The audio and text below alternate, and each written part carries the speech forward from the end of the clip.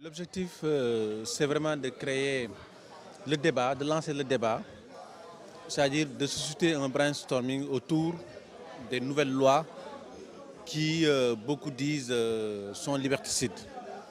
Alors, il y a le code pénal, il y a le code de procédure pénale, il y a le code de la presse. Et dans toutes ces lois-là, on voit en tout cas qu'il y a une volonté de l'État vraiment de réprimer. Il y a une volonté de l'État de durcir la chose. Comme si en fait on n'était plus dans une société ouverte. Comme si en fait on n'est plus, on ne jouit plus en tout cas des libertés d'expression et aussi de presse. Alors, en réunion, à maintes reprises, on a eu à discuter sur ces questions-là et on s'est dit, nous on n'a pas la réponse.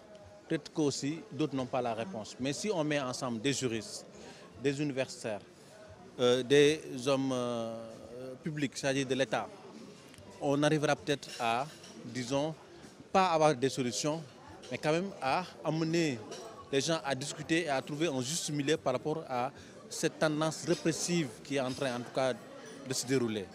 Or, en fait, par rapport aussi également au contexte, ça inquiète parce qu'on va vers des élections et on sait tous qu'en tout cas en période électorale, c'est très sensible et les dérives sont à l'appel.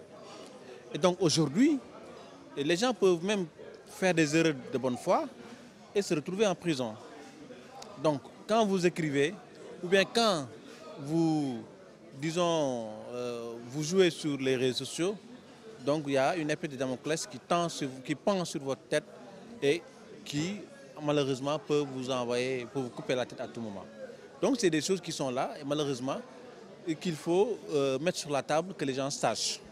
Mais également aussi, comme en fait la loi quelque part est pour les populations, peut-être que dans cette discussion-là, les populations peuvent en tirer profit et savoir en tout cas les opportunités que ça leur offre. Parce qu'on dit souvent en fait qu'au Sénégal, il y a trop de massacres, les gens ne portent pas plainte.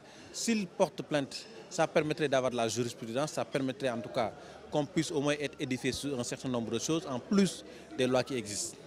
Donc voilà un peu en tout cas pourquoi on a suscité ce débat et pourquoi également on a invité tout ce beau monde-là et qui quand même ont participé à beaucoup d'éclairage. La pertinence du thème, c'est lié en fait aux dispositions du code pénal, par exemple, qui aujourd'hui réprime certaines infractions sur les réseaux sociaux, mais également aussi dans la presse en ligne.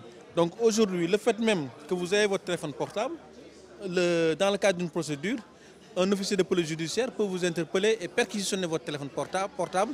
Et s'il y a des images délictuelles ou en tout cas des choses qui peuvent en tout cas constituer un délit, on vous place en garde à vue et la procédure poursuit son lit.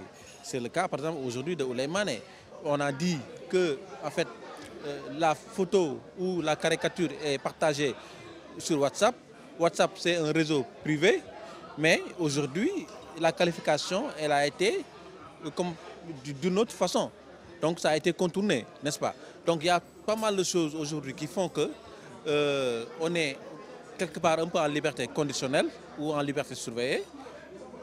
Parce que en fait, ce que vous faites, à tout moment, vous pouvez aller en prison. En fait, nous, c'est pour ça d'ailleurs qu'on a initié cette rencontre-là. Pour que nos membres, également aussi la société, puissent savoir exactement ce que nous encourons comme risque.